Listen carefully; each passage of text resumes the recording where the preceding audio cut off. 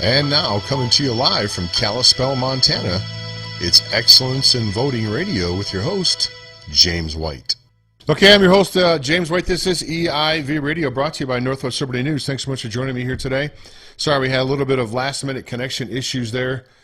You know, as usual, they always occur last minute. You know how that always goes. And but we're going to play through it like we always do, and we're going to hopefully continue to keep bringing you the best candidates available here in the state of Montana for this upcoming primary, and today is no exception.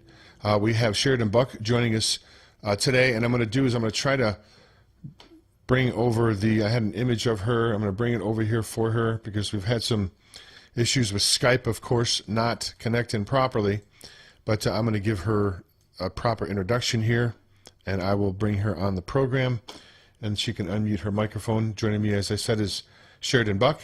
Sheridan is a proud first-generation Montanan, just like two-thirds of Montana's governors have been.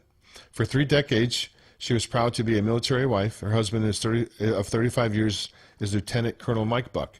Sheridan believes in Montana's traditional values and is a committed Christian.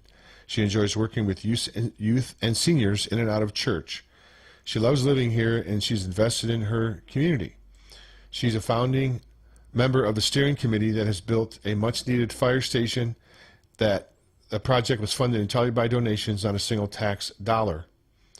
She has broad experience in politics from the grassroots level and upward. In 2014, she was endorsed by the National Rifle Association and the Montana Family Foundation. She's a former chairwoman of the Cascade County Republican Central Committee, and she was a congressional committee woman and was twice elected as a precinct captain. She served 2 terms as an election judge and a poll watcher, and she has worked for over 6 successful campaigns. Sheridan Buck, that's a lot. Thanks so much for joining us here on EIV Radio. Hi, how are you? Well, I'm very good. Thanks so much again for being here. We appreciate that. Wow, you really have done an awful lot. You have done you sounds like you're, and that's the kind of people that I like to associate with, to be honest with you, Sheridan. You know, we have the thing that I had over here, the complaint that I had here around the Flathead Valley was that we have meetings, we draw 400 or 500 people at these meetings, and then the meeting would go away, and like the same 10 people would be doing this stuff over and over again to the same handful. It sounds like you are one of those 10, to me. That's pretty common. You're going to have your core group, and they're the hard hitters, and they carry the water all the time, and it's pretty tough to keep them from getting burnt out. It's a tough road. It is indeed. And, I'm going to do is I'm going to ask you the same thing that I ask everybody here recently that has been on the broadcast. Just give us, before we get into the nuts and bolts of things here, give me an overview, if you can, about the situation that we have here in this country.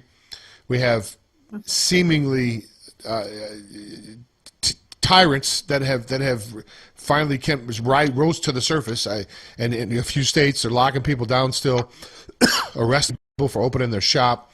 Now in Montana here, it hasn't been as bad because our governor, I think, is running for Senate. That's why he's probably doesn't want such bad press. But just give us your overall general before we get into sort of give us the macro before we get into the micro here about Montana. What's your overall thoughts, not necessarily as a candidate, just as one human being to another, just your overall, your perspective on what we're going through right now in a nation that's basically unprecedented? We're definitely living in a unique time. Go ahead. I had a little bit of feedback. Sorry about that. Go ahead. Yeah, this is, my husband and I had a good conversation earlier this morning. This isn't new. We're living, this is social engineering 101. Do we have a problem? Yeah, we have a problem. But like you said, the good part of this is who's being exposed for what side they're on. And one of the things, it hit me last night while I was trying to go to sleep that this isn't the first time they've shut things down. Go back when they did the government shutdowns and all of the federal employees were on furlough and all of the chaos that ensued when that happened, when they didn't get their paycheck. But guess what? The economy didn't shut down, and the economy just barreled through, and it grew. And then they did the experiment. Go back to the Ebola nurse on the bicycle who refused to stay home, and everybody said, hey, you've been exposed to something really bad. You need to be responsible. Get back in your house. And of course, all the tyrants, like you said, screamed, well, it's her rights to do what she wants. Well, not when she's being typhoid Mary, possibly. But then again, you've got the whole attack on the entire economy and every person living in this country. And at this point, you have to go, we don't live under a dictator. We are free Americans, and we can be responsible. And so you look at, well, who is the most vulnerable? Well, it's apparent it was these nursing homes and these elderly, or the people who have an immune system that's compromised already. So you need to take that and go, okay, let's circle the wagons around that, and let's contain that.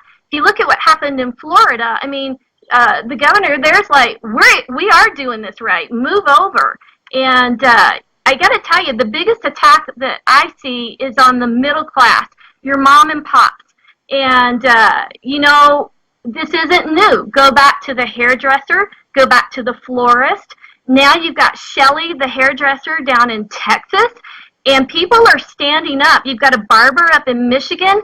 This is real people and real lives and real things. And for us to kowtow to the government when we know how to be responsible, we know the risk, and we know if somebody comes into our business, we're responsible for doing everything we possibly can. And it's funny, move the government over. The government can say, here's our issue. We want to do X, Y, Z, but here's what you need to do. And people are smart. I was recently in a situation where I had to help a family member because of health issues. I had to be the driver. And so I pulled up in front of a strip mall, and there was a cleaner business on the very end of the building, and it was so eye-opening. I actually took a picture of this place because here it is. The government said, you're not essential. Where they figured it out. They had to drive through. They put a window in their front window, a little drop box, so you could drop your clothes into the box. And then they took their waiting room, and instead of having people standing there, they accommodated people. They made these lockers like your Amazon people would, and you could, I don't know if you scanned it with your phone. I didn't get to see somebody walk up and do that, but you could go get your clothes and never have contact with a person. They still kept their business open, and people were safe. And that's how Americans do it. They can figure it out, and the government just needs to back off a little bit and figure out where the problem really lies. Well, we found ourselves in a situation, Sheridan, where government is in a position to pick winners and losers. I mean, I just saw where the Walmart stock is up 140, or sales are up 141%. You know, other retailers that were able to stay open.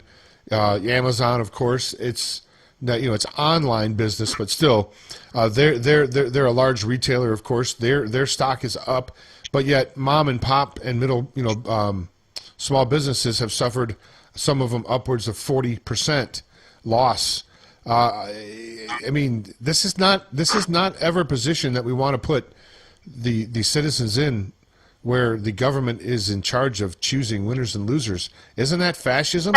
When the government chooses the winners and losers in business, that's fascism, I think. Well, I was just in the Austin airport on Tuesday. In fact, maybe on the break, I will forward you the pictures. This is Austin, Texas, the capital of Texas, right? And you've got the capital, you've got a music scene, you've got a college town in there. The airport was shut down, ghost town. There were two, like a little quick shop open in one restaurant that served beer and some sandwiches. And they had the concourse blocked off after 5 gates. All of those gates, as far as you could see, were shut down with all of the businesses. Think of the jobs.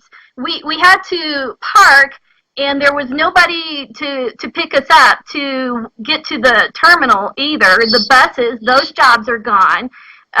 It's bad, and we need to stand back up to it. We really do. And these government guys, they're still getting their paycheck, and then you've got Congress who just now started a proxy vote. Come on, and they're not having to show up, but they want their paycheck, but God forbid if anybody else wants their paycheck.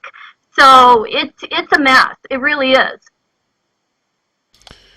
Well, when if you are successful in your candidacy and you are in Helena here coming up in the early part of 2021, when actually people report there, we're going to face I believe we're going to have a situation where we're going to, undoubtedly, you just stated it. You just said this job's gone, that job's gone, those people don't work here anymore. That's going to be in Montana as well in some sense. So there's going to be a loss of the tax base because people, frankly, aren't going to be. There's not going to be as many people working. What in the world is going to have to happen? Are we going to be forced? Do you think either one of two things can happen? If you want to maintain the same level of government you had before, one of two things are going to have to happen. You're going to have to somehow print money, which we can't do, or you're going to have to raise taxes. Or, of course, the other side would be shrink government. Do you think we're going to move towards the raise taxes, or do you think we're going to move towards the shrink government solution coming up here in 2021? Any thoughts on it? I know you don't know, but any thoughts? I'd love to hear what Lou Jones and the boys have in the works, right? That's right. And they're all about padding their paychecks. And the girls. So, yeah, we definitely need to shrink government. We need to go in there. We've got our wants versus our needs. And people need to really, really streamline that. We have gotten so out of balance. Our country used to be government provided XYZ, and then your communities and your churches, they picked up the ball where it was needed. And so many nonprofits are doing the things that the churches should be doing, and the government is doing what the churches should be doing. And that's a two-edged sword right there. So many of your churches have become watered down. And this has been going on for years. And we need to step back up and plug back in. As far as Helena, yeah, we need to shrink the government. I'm not in favor of raising taxes, and I'm not in favor of a new tax. The only way that comes up is if you get rid of a property tax. You also need to open up Montana. We are the state of resources here, and look at the jobs through the years that have been lost with logging, and now the coal strip deal, and you've got them fighting this pipeline coming in. Get smart, Montana, and move over. We have got to be. We can do things. I know the environmentalists flip out, but we're smarter now, and we aren't this country that's just going to go in there and rip it apart. But at some point, there's got to be a give and take, and your own household income. You don't spend more than you got. And you've got to tighten the belt. And, a perfect example is when my husband and I were transitioning out of active duty Air Force to go into the civilian world.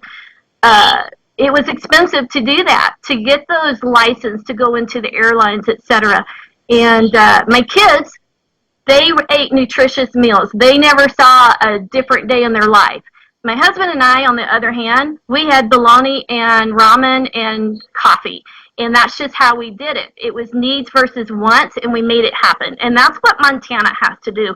And it may be a very exhausting conversation, but my question would be, why did the other side want to continue to grow and continue to bankrupt this state? When the Medicaid expansion came on, my first question to Buttrey and the boys was, and of course it fell on deaf ears, was what happens when Uncle Sugar goes away? Who's going to be footing that bill? It's going to be Montanans, and we don't have any more money.